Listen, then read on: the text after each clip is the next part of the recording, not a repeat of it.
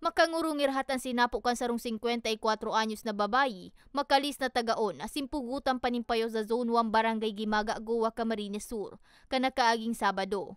Ang payukan biktima, binitbit asin itinapok pa kan sospek, 15 metro ang rayo sa fish pond kung sa ini pinugutan. Binisto ni Police Major Rodolfo Borromeo ang hepe kang Goa Municipal Police Station ng biktima na si Rebecca Panuelos Iribuya, 54 anyos, na residente kan Zone 6 Barangay Matakla, parehong Banwaan.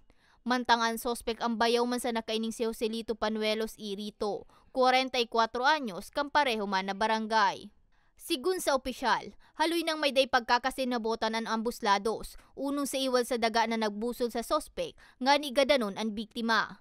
Napag-araman na antes ang panggagadan, sibut sa paglinigan sa iyang fish pan sa nasambit na lugar ang biktima, asin patalikod na tinaga kan sospek.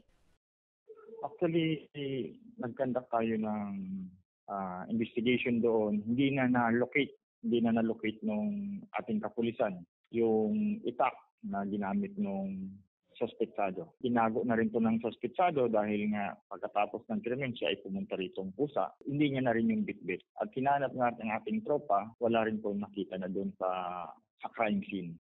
An insidente, tulos man na ipig-report sa ipatura kang pulisya, kan mismong kaibanan kang biktima na nakahiling kan pangyayari. Makaliis naman ang panggagadan, tulos man na suminuko sa ipatura kang pulisya ang sospek.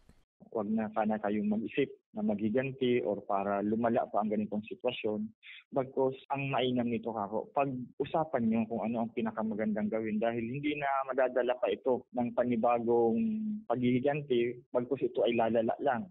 Kasong murder ang kinakaatubang na kaso kan sospek na nasa kustudiya pa kan Goa MPS para sa magkakanigong disposisyon. Para sa mga baretang tatak Bicol, May Arango.